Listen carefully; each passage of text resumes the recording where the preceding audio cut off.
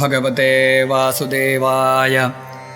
श्रीशुक उवाच एवमेतत्पुरा पृष्टो मैत्रेयो भगवान् किल क्षत्रः वनं प्रविष्टेन त्यक्त्वा स्वगृहमृद्धिमत् यद्वा अयं मन्त्रकृद्वो भगवानखिलेश्वरः पौरवेन्द्रगृहं हित्वा प्रविवेशात्मसात्कृतम्।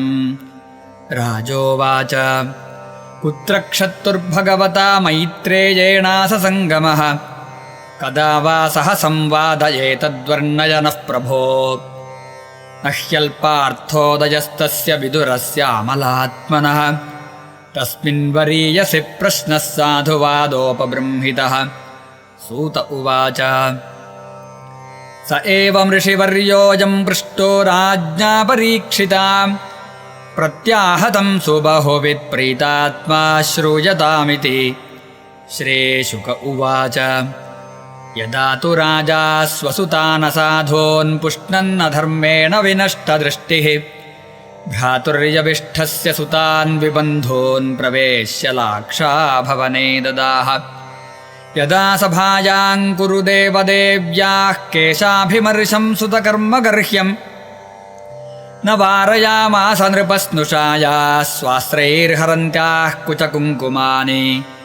द्यूते त्वधर्मेण जितस्य साधोः सत्यावलम्बस्य वनागतस्य न याचतोदात्समयेन दायं तमोजुषाणो यदजातशत्रोः। यदा च पार्थप्रहितः सभायां जगद्गुरुर्यानि जगादकृष्णः न तानि पुंसाममृता जनानि राजोरुमेने क्षतपुण्यलेशः।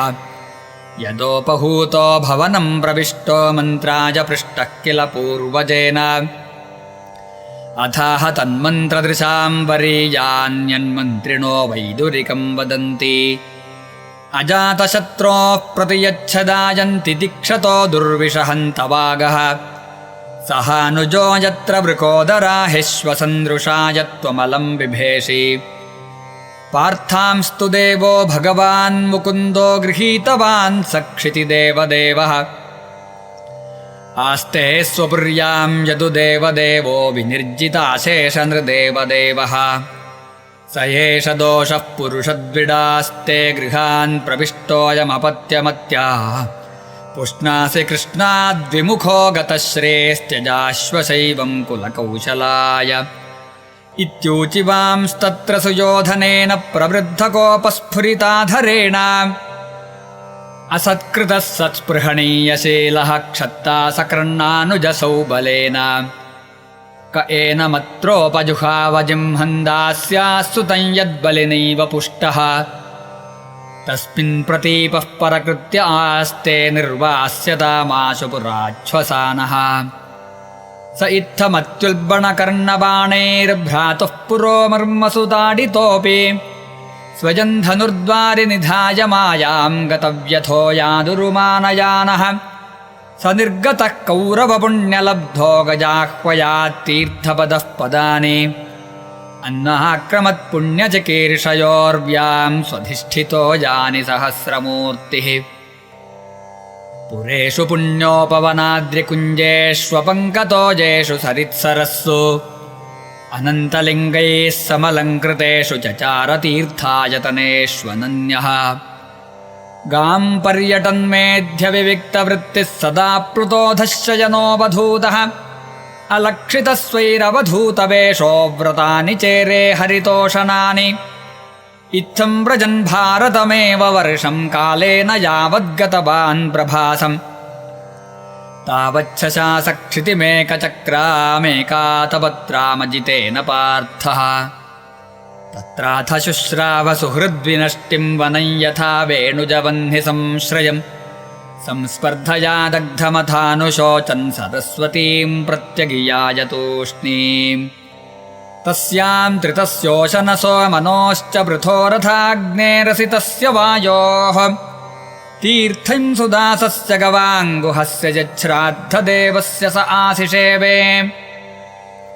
अन्यानि चेहद्विजदेवदेवैः कृतानि नानायतनानि विष्णोः प्रत्यङ्गमुख्याङ्कितमन्दिराणि यद्दर्शनात् कृष्णमनुस्मरन्ते ततस्त्वतिव्रज्यसुराष्ट्रवृद्धं सौवीरमत्स्यान् कुरुजाङ्गलांश्च कालेन तावद्यमुनामुपेत्य तत्रोद्धवं भागवतं ददर्श स वासुदेवानुचरं प्रशान्तं बृहस्पतेः प्राक्तनजं प्रतीतम् आलिङ्ग्य गाढं प्रणयेन भद्रं स्वानामपृच्छद्भगवत्प्रजानाम् कच्चित्पुराणौ पुरुषौ स्वनाभ्यपाद्मानुवृत्तेह किलावतीर्णौ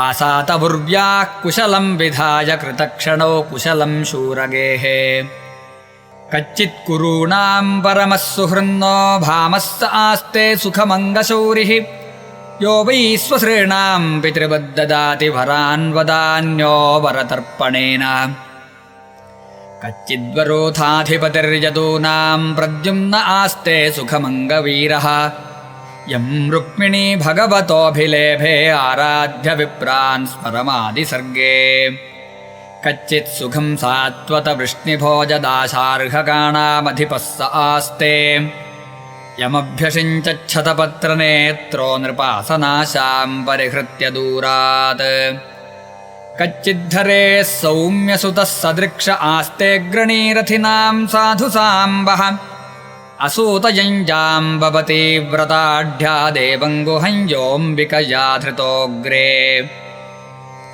क्षेमं स कच्चिद्युजुधान आस्ते यः फाल्गुनालब्धधनोरहस्यः लेभे हिञ्जसाधोक्षजसेवजैव गतिं तदीयां यतिभिर्दुरापा कच्चिद्बुधः स्वस्त्यनमीव आस्ते स्वफल्कपुत्रो भगवत्प्रपन्नः यः कृष्णपादाङ्कितमार्गपां सुष्वचेष्टतप्रेम विभिन्नधैर्यः कच्चिच्छिवं देवकभोजपुत्र्या विष्णुप्रजाया इव देवमातुः या वै स्वगर्भेण दधार देवं त्रयी यथा यज्ञवितानमर्थम् अपि स्विदास्ते भगवान् सुखं वो यः सात्वतां कामदुघो निरुद्धः यमामनन्ति स्मः शब्दयोनिं मनोमयं सत्त्वतुरीयतत्त्वम् अपि स्विदन्ये च निजात्मदैवमनन्यवृत्त्या समनुव्रताये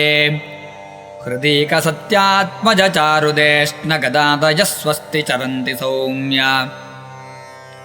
अपि स्वदोर्भ्यां विजयाच्युताभ्यां धर्मेण धर्मः परिपाति सेतुम् दुर्योधनोदप्यतयत्सभायां साम्राज्यलक्ष्म्या विजयानुवृत्त्या किं वा कृताघेष्वघमत्यमर्षे भीमो हि वद्दीर्घतमं व्यमुञ्चत् यस्याङ्घ्रिपातं रणभोर्नसेहे मार्गं गदायाश्चरतो विचित्रम् कच्चिद्यशोधारथयूथपानां गाण्डीवधन्नोपरतारिरास्ते अलक्षितो यच्छरकूटगूढो मायाकिरातो गिरिशस्तुतोष यमावुतस्वित्तनयो पृथायाः पार्थैर्वृतो पक्ष्मभिरक्षिणीव रेमातबुद्धाय मृधेश्वरिक्थं परात् सुपर्णाविव वज्रिवक्त्रात् अहो पृथापि ध्रियतेर्भगार्थे राजर्षिवर्येण विनापि तेन